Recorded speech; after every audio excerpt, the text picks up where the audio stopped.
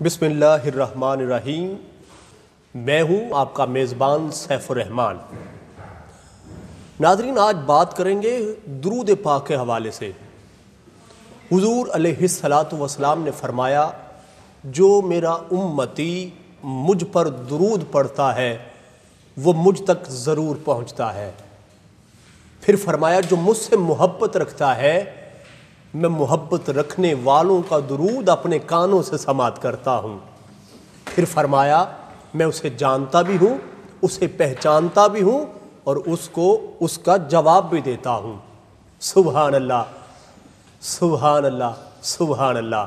الصلاۃ والسلام علیکہ یا سیدی یا رسول اللہ وعلی آلک و اصحابک یا حبیب اللہ۔ اگر تھوڑا سا غور اس حدیث پاک کے پہلے حصے پر کریں گے تو پتہ چلے گا کہ حضور علیہ السلام نے فرمایا، جو میرا امتی مجھ پر درود پڑھتا ہے وہ مجھ تک ضرور پہنچتا ہے۔ اب تھوڑی سی توجہ فرمائیں تو سوچنے پر مجبور ہو جائیں گے، کہاں آقا علیہ السلام اور کہاں یہ امتی، کہاں آقا علیہ السلام، کہاں یہ امتی، کہاں والضحیٰ کے چہرے والے، کہاں یہ امتی، کہاں واللیل کی زلفوں والے، کہاں یہ امتی، کہاں گورے گورے ہاتھوں والے، کہاں یہ امتی، کہاں غمخوار آقا، کہاں یہ امتی، کہاں مدینے کے تاجدار، کہاں یہ امتی۔ معلوم کیا ہوتا ہے؟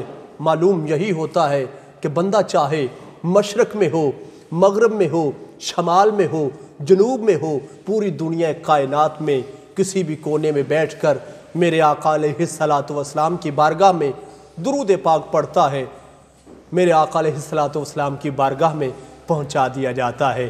اگر حضور علیہ السلام نے فرمایا، جو مجھ سے محبت رکھتا ہے میں محبت رکھنے والوں کا درود اپنے کانوں سے بھی سماعت کرتا ہوں اور اس کو اس کا جواب بھی دیتا ہوں۔ لہذا سفر میں ہو، جہاں بھی ہو، گھر میں ہو، کام کاج میں ہو، جہاں بھی درود پاک پڑھیں، اس امید اور یقین سے پڑھیں کہ غلام پڑھتے ہیں اور آقا سماعت فرماتے ہیں۔